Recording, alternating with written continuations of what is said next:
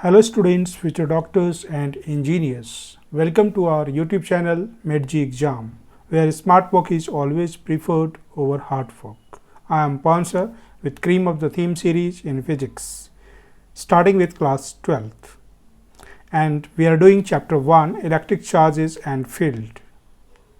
Of that we will do today part 8, which cover applications of Gauss theorem part 2, that is finding electric field due to a uniformly charged infinite plane sheet and a uniformly charged thin spherical shell with the help of Gauss theorem. So let us start finding electric field intensity due to a uniformly charged infinite plane sheet with the help of Gauss theorem. For that, let us draw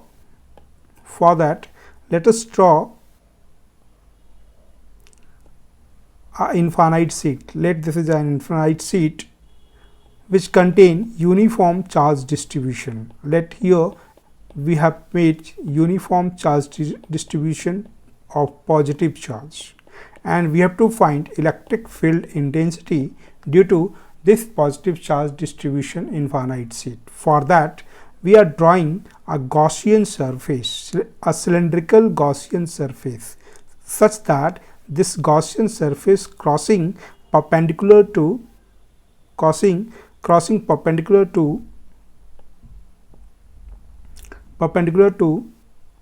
its surface, and we have to find electric field intensity at this point and at this point, both sides of the sheet. This is the cylindrical Gaussian surface. This we have drawn a cylindrical Gaussian surface. Cylindrical Gaussian surface, and we have to find electric field at this point from the sheet. Let the electric field at this point is, as it is positive charge, so it will be in this direction, and let it is E. And at this point, due to this cross sectional area, let this cross sectional area is A, and at this point, this area vector of this cross sectional area will also be in this direction. Similarly, if we say at this point, the electric field will be in this direction and cross sectional area will be in this direction. Okay, due to cylindrical part, due to curved part of this cylinder, in this case, if you take any point, let here if you take, the electric field will be in this direction and normal area vector will be in this direction. So it will make angle 90. Similarly, if we take point here, the electric field will be in this direction, area vector will be in this direction. Again, it will make angle 90. Okay. So we have three surface area of the cylindrical Gaussian surface. One is this, second is this, and let this one is lateral surface area, which is third. This and this both same. And let the surface charge density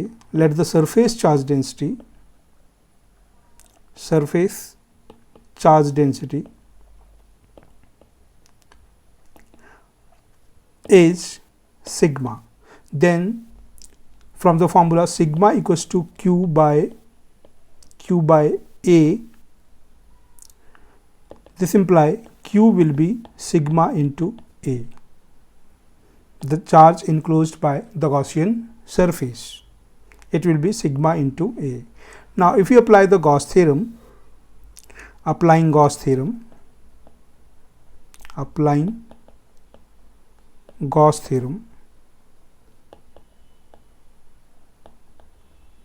we can write E dot ds integration of whole, that will be equals to q inside upon epsilon naught. Okay.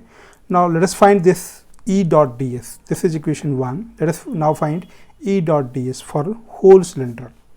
So that E dot ds, that is phi, that net will be equals to E dot ds due to surface area, due to first surface, integration of that, plus E dot ds second surface lateral, plus E dot ds third surface, that is lateral surface, and whole of that will be equals to q inside upon epsilon naught.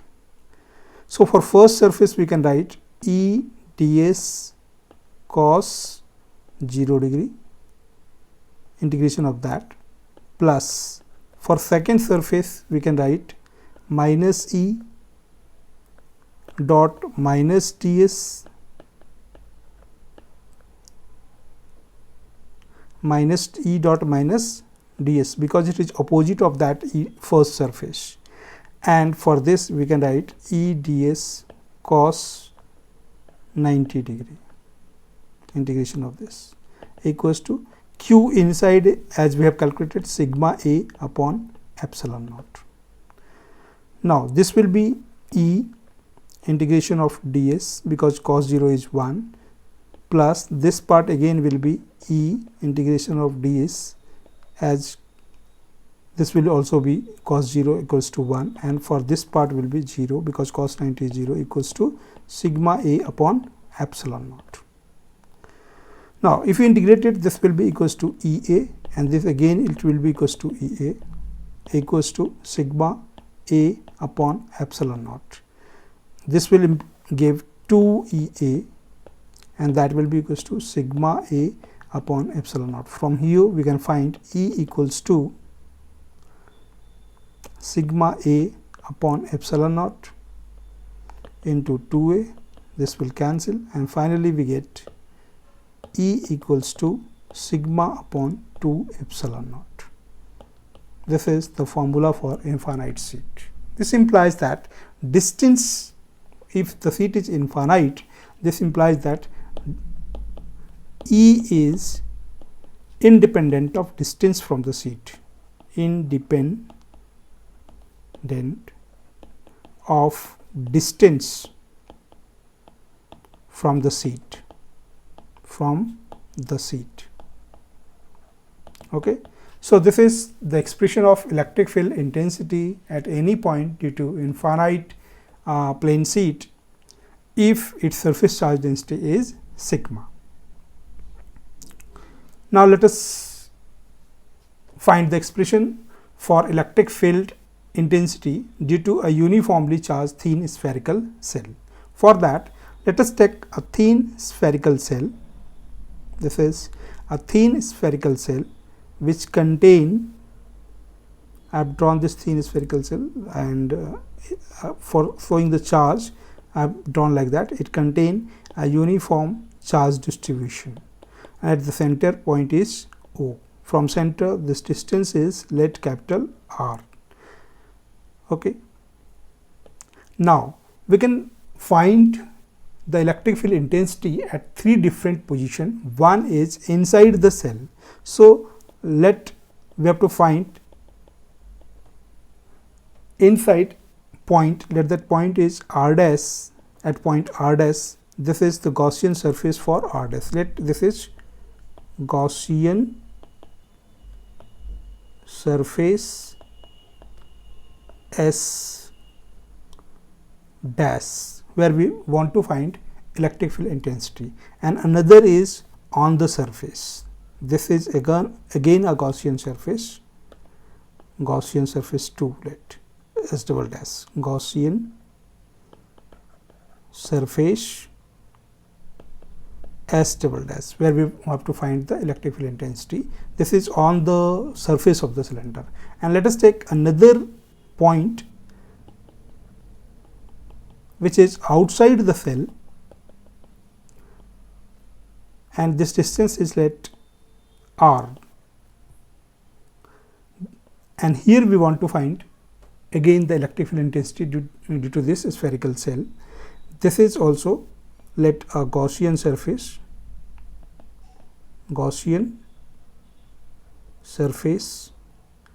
S, let it is Gaussian surface S.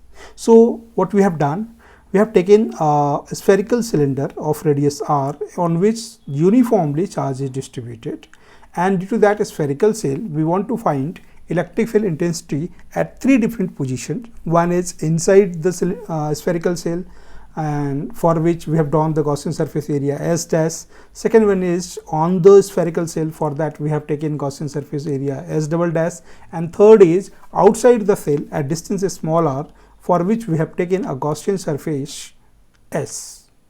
So let us find one by one. First, let us find for inside the cell. Case first, let us find E inside the cell. If we apply the Gauss theorem, we can write E dot ds, integration of that, and that will be equals to q inside upon epsilon naught. Here we see we have taken positive charge, and it will be definitely integration of that, it will be E dA, that is E 4 pi r dash square, that will be the total E dot ds. But we know that q inside, in this case the charge resides on the surface of the cell, so q inside is 0, so 0 by something. So from here we can directly write E equals to 0. That means inside the cell, this implies that inside the cell,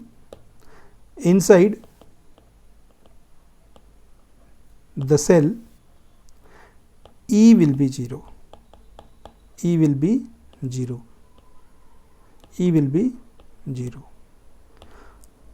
Now let us see for second case on the surface, on the Gaussian, on the cell surface. Case second.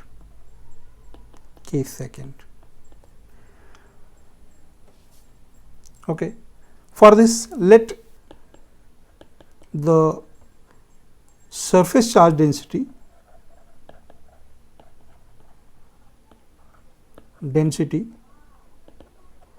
is sigma.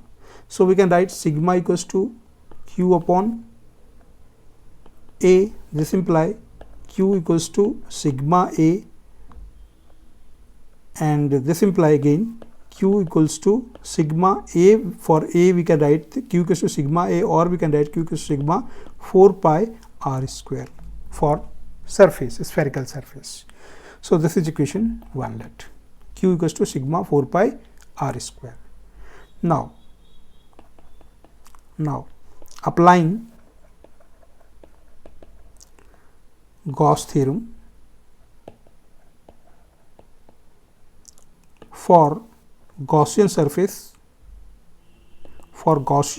surface,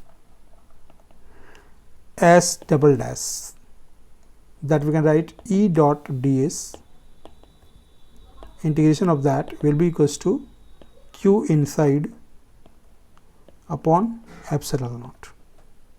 Okay, this will be E 4 pi r square, that will be equals to q inside upon epsilon naught, and we can write for that E equals to q inside, or we can write q upon 4 pi epsilon naught r square. This is the one of the expression. Okay. Second, if we put the value of q, then we get E equals to sigma 4 pi r square upon 4 pi epsilon naught r square. So in this case we see that the expression will be sigma upon epsilon naught. So this is also one of the expression for electric field intensity on the surface of the thin spherical cell. In this case we can see that it is a fixed value sigma upon epsilon naught. For in this case we can see that E is proportional to 1 upon r square if q is constant. Okay, we can see this also. Now let us see the third case, when we have to find the electric field intensity at point outside the cell. For that, again we can write sigma equals to q by A, and that will remain same. This implies Q equals to sigma A, but area is remain same because charge is distributed on the radius spherical cell of the radius capital R. So it will be sigma into 4 pi R square. This is equation second. It remain as such. Now, if we apply the Gauss theorem, applying Gauss theorem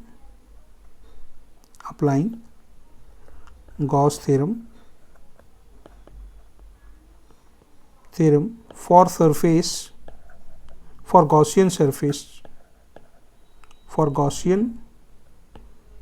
surface S, then we can write E dot ds integration equals to Q inside upon epsilon naught. Okay. Again, for this we can write E 4 pi small r square, because radius is small r here. 4 pi small r square equals to Q, if we take Q inside Q, upon epsilon naught. From that we can write E equals to Q upon 4 pi epsilon naught r square. If we take Q constant, this is the one of the expression, one of the formula. If we take Q constant, then we can say that it will be E proportional to 1 upon r square. Okay. If you put the value of Q, then it will be E equals to sigma 4 pi r square upon 4 pi epsilon naught r square. So here E will be equals to sigma upon epsilon naught r square upon r square. So this is also one of the expression. Thus, these are the expressions of electric field intensity at inside the cell, at the cell, and outside the uniformly charged cell. If we want to plot the graph, in this case, the graph for electric field and with the distance, if you want to plot the graph E and radius or distance R, then we see that up to the surface of the cell there is no electric field, but at point where R is equals to capital R, we see that there is electric field, and that value of electric field is E equals to Q by 4 pi epsilon naught